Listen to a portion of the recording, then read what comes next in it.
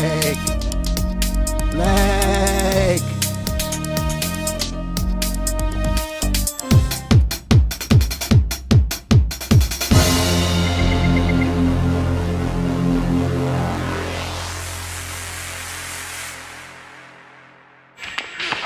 Oh, come on! I was really concerned what Ben's motivation was. I mean, is he wanting the treasure because he wants that money, he wants that cash? Or is he more of a historian who wants to restore history to the world? Here's to the men who did what was considered wrong in order to do what they knew was right. He makes a character in his mind, and he just brings so much more to what is actually written in the script. Treasure is a myth. I refuse to believe that. What am I doing? Do what you want. Do what you want. Nick is a very, very playful guy. He is really playful, and he likes to have that silliness to keep his creative energy up. Do what you want. Nick is a very, very playful guy. He is really playful, and he likes to have that silliness to keep his creative energy up. He has a certain kind of volume control where he literally can turn up his performance to a point where he just goes for it.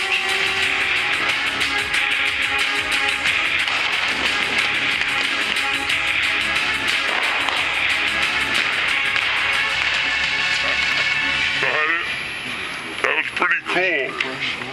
He just goes for it.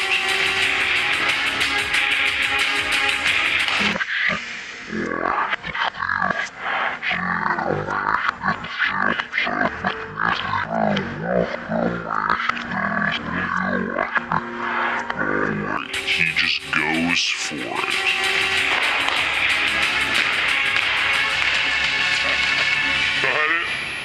That was pretty cool.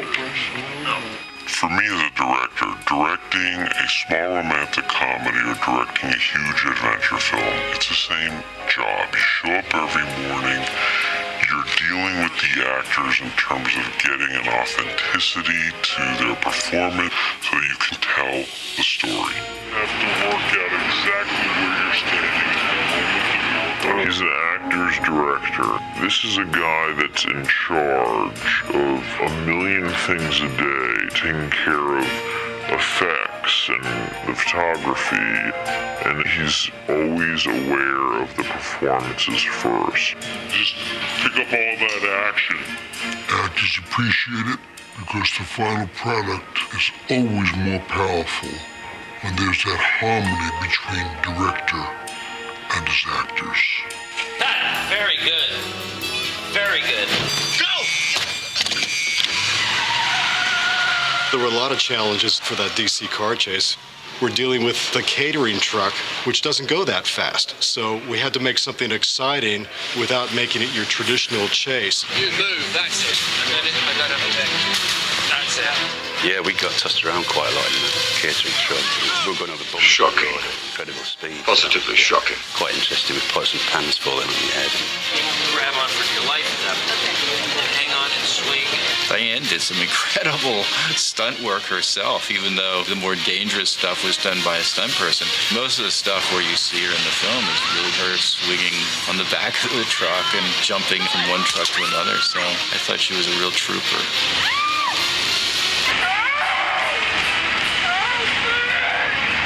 Those days were like the hardest. I had to go on a vacation afterwards for a week. I felt, so sore.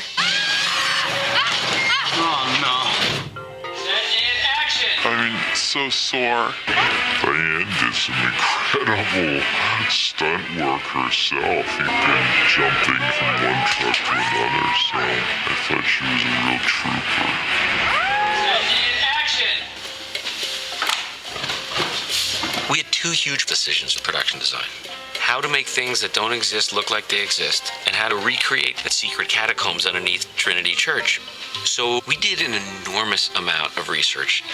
We visited many Masons' temples. And they told us about their symbols and their rituals, what the unseen eye did, what a certain type of cross did and so on. It's very complex. What the unseen eye did, what a certain type of cross did and so on. It's very complex.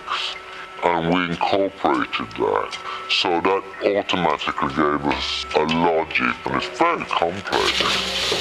And these would be our catacombs. Remembering in our story, this has been hidden from the public for about 300 years. But we talked about how long it should be. Should it be a straight catacomb, or do we come around the corner slightly so it starts to reveal itself?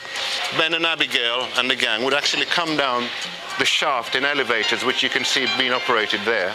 It all works on hydraulics and counterweights. Our job at Asylum was to make the shaft look as large and scary and as realistic as possible. We had to combine our 3D model with the live-action environment of the shaft. 3, 2, 1, go! It's a big set, but it's not bottomless like it was supposed to be, so we had to extend the set even further. You want to see that it's very deep, and yet it has to be believable as a structure that's made from board.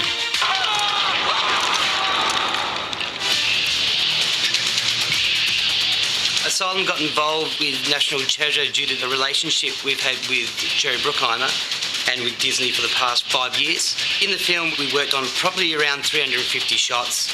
We talked a lot about the opening sequence of the film. In that sequence, we had some motion footage scenes where we had to do a lot of atmospherics and obviously a CG shit. One of our biggest challenges was completely animating the sequence which shows how the Declaration of Independence is kept safe. We did lots of layering effects for the film, a lot of compositing, and we even added water to the pool in front of the Washington Monument. The interesting part about the treasure room are the fire troughs. When Ben dips his torch into the oil, lighting the troughs, the treasure room miniature was shot 1/6 scale, and the fire troughs were shot full scale. These shots were particularly challenging just because of the number of elements involved. Somewhere between 100 and 200 elements that build up. So here's the original blue screen shot. We take the various versions of the miniature footage, we place fire and smoke in there. We end up manipulating some of the treasure, adding more treasure here and there, and also we can build camera moves into that to help match the camera move of the foreground element where the people are on the blue screen. What John Turteltaub was looking for was an ooh, ah reaction from the audience when Ben lights those fire troughs and the room finally gets lit up and you see the treasure. And I think it really works well in the movie. It's a fantasy, but at the same time, it's taken us to all these wonderful places that are part of American history. Treasure hunting is a big deal still today. Getting into all that was fantastic. What's really interesting is that this is in our backyard. And there were these treasures that were hidden away and have been lost for generations and generations. So they're out there. It's got to find them.